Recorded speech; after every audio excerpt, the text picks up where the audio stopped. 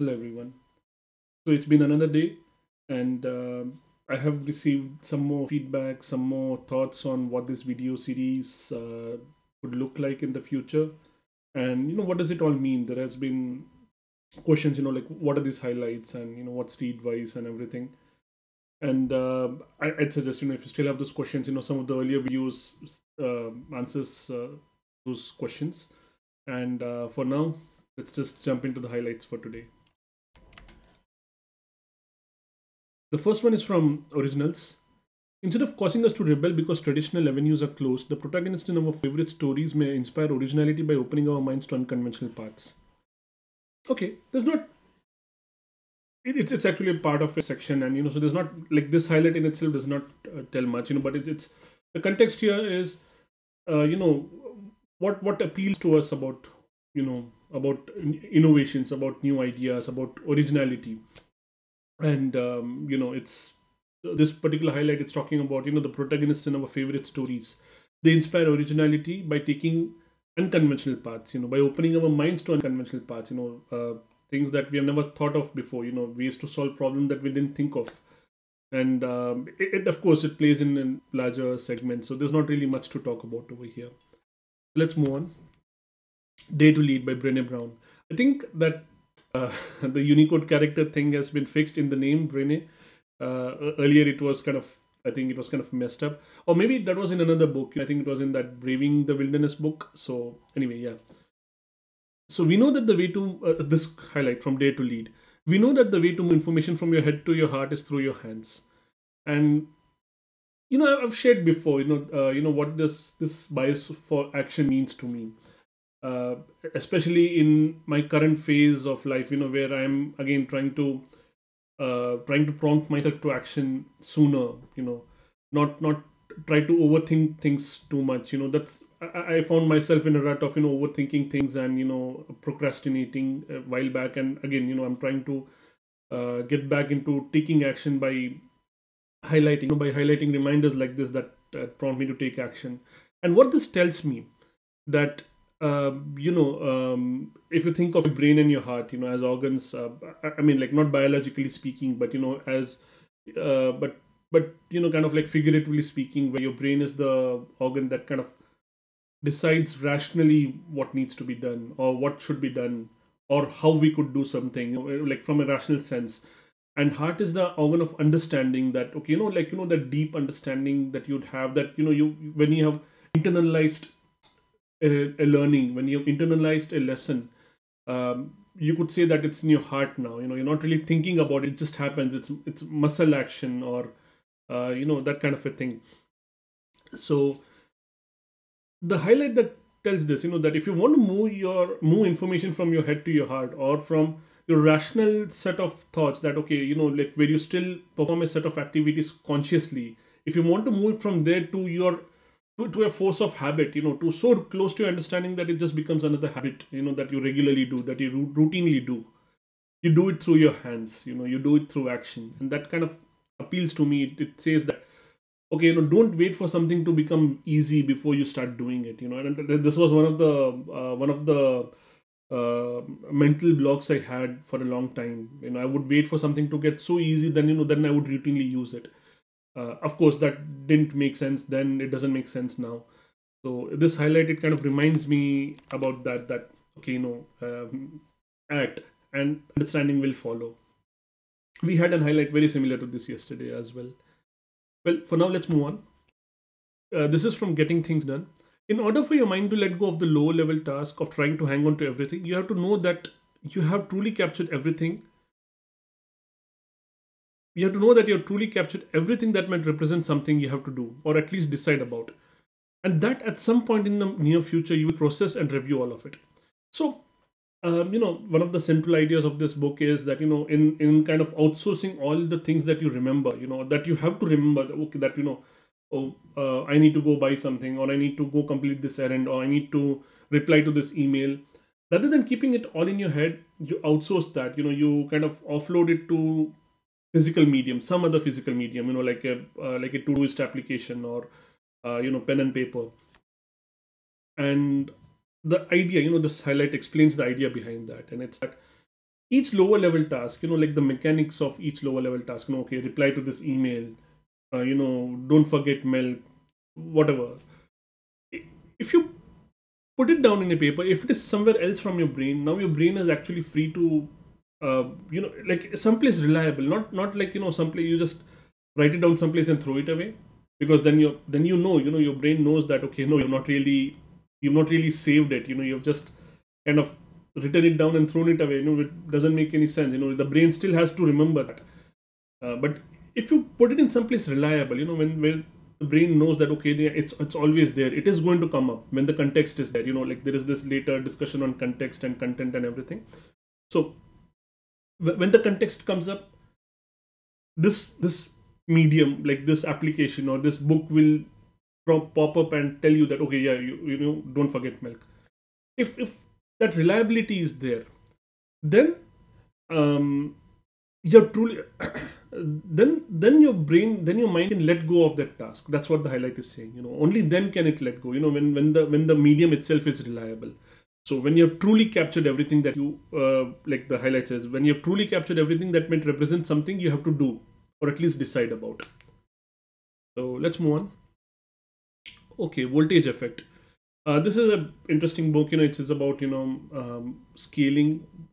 What are things that holds back scaling, scaling to a large scale, like something like a nationwide scale or a global scale, something like that. So we found that not only do more women apply to job postings that clearly states that wages are negotiable, but they also are willing to negotiate as hard as men, and in many cases even harder. Men, on the other hand, are more drawn to postings in which the rules around compensation are ambiguous, likely because this is where they reap disproportionate rewards relative to women. And most troubling of all, low performing men bargain the most when the salary is vague, whereas the most exceptional women tend to hold back. Okay, so I'm forgetting where this section falls exactly, but I mean, of course, this is something that again appeals to me, like from the point of view of the diversity and inclusion aspects of, in an organization. I'm at Accelerant, I am, at a company, I am I am involved in recruitment and all of these different aspects, right? So I think the quote says it all. I don't really need to say a lot. I mean, this is not do much about. I mean, it has to do with scaling. In the book, the context is around. I mean, if you're trying to apply the same set of rules to everybody, this is one such example where the diversity, where, like, the things that you don't think about would kind of come back to bite you. So yeah, if you're thinking that, okay, like a decision where you're not going to put salary information on a job posting, how does that affect women compared to men, and so on. It's a highlight, and the point is basically, if you want to scale something truly, to global level, these are the things that you have to consider about. I have shared before, diversity is not just something that you feel good about and that's the reason you have it. No, it does have impact in all aspects of your business, all aspects of the organization.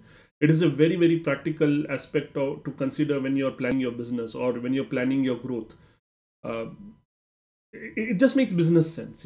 There's nothing magical about it. It just makes business sense. So yeah, this is how, like one example like this, how it can hold back growth. Like if you want to, for example, grow your recruitment team or grow your recruitment practice, yeah, this is something that you have to keep in mind, for example.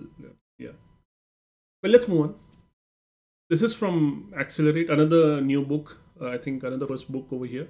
A successful, a successful measure of performance should have two key characteristics. First, it should focus on a global outcome to ensure teams aren't pitted against each other. Well, I don't remember the second. I'm sure it's in the highlights somewhere. It's been a while since I've read this book. Another good book worth reading. It's kind of like an research on different practices in software organizations, and like it has become kind of like a key book in figuring out engineering effectiveness. Metrics, Dora metrics have become kind of like a standard now for current DevOps organizations. So yeah, like I said, I don't remember the second characteristic, but the first characteristic, let's talk about that. It should focus on a global outcome that to ensure teams aren't pitted against each other. And that's the challenge with metrics, right? We have when we try to focus on a particular metric, sometimes we can get too narrow. It's very easy to get very narrowly focused on this particular metric, right? And then we have things like that cobra effect and unintended consequences and all of that. So the idea over here is that it should focus on a global outcome. Whatever metric you're coming up with, whatever measure of performance, that's a metric. Whatever you're coming up with, there should be a focus on a global outcome. It should not be a metric that's like that can change in isolation with the global outcome. So uh, you know like for example, if the metric is, let's say, it's a very bad example for a metric, but let's say the metric is code full, the count of lines of code. uh, I mean, it's a very bad measure. I doubt if anyone's still using it anymore, but let's just use it for now. So the idea is that, can lines of code indicate completely, that like, increase in lines of code is going to um, positively impact our global outcome? Whatever global outcome could be, let's say profitability, and probably not. It's like there are many ways to increase lines of code, which has no impact on profitability or no impact on, let's take a more realistic outcome, SLA, or reliability of the service, like the service uptime. So there's no link, just by increasing lines of code you're going to have an impact on the service reliability. So in that sense, it's not a successful measure of performance. I mean, and this is like I said, it's an obviously bad measure of performance. So I feel it's an easy example, but that's the one I could come up with on the spot. And that's the challenge in finding the metric. A metric that determines the outcome in such a way that you cannot influence the metric without influencing the outcome.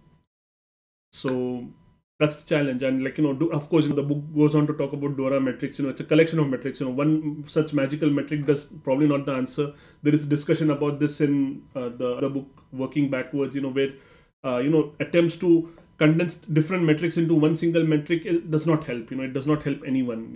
I mean, it may look like, okay, you just have to target one metric up instead of four different metrics. You just have to target one. You may feel that, okay, that's easier. It actually makes things harder. And again, Working Backwards goes deep into showing why this is the case. But for now, let's move on. Okay, cues. One of the best ways to use fronting is to make a point of turning towards someone and aligning with them. This is especially important when you're taking notes on a computer.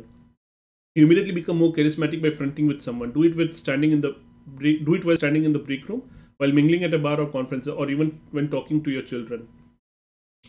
Um, so I think the highlight over here, so it refers to this practice fronting, and when by fronting, I think it's easier to show with a diagram, and the book has diagrams, of course, but I mean, I just have to describe it here. So,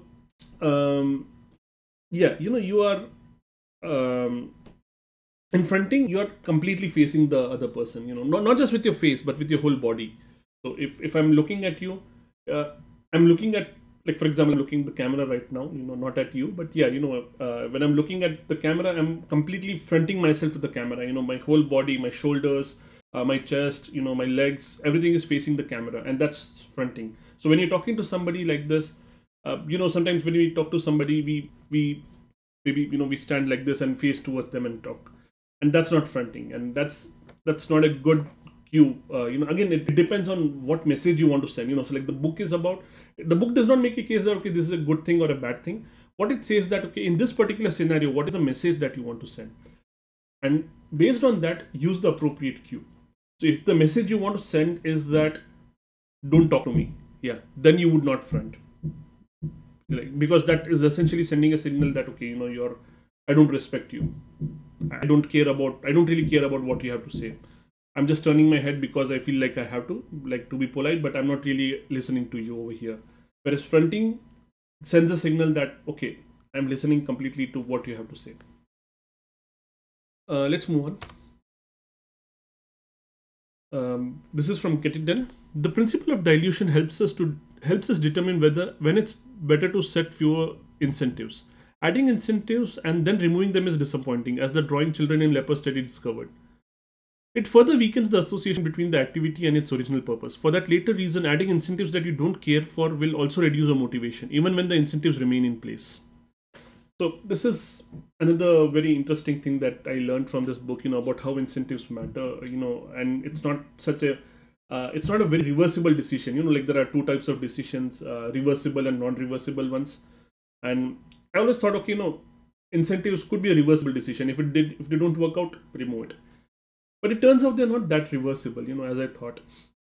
So in one study, it refers to one study, drawing children in, this basically, like, very quickly in the study, they rewarded children for drawing well, or drawing anything really, and they were very enthusiastic, and of course they drew well, and they drew a lot of different drawings.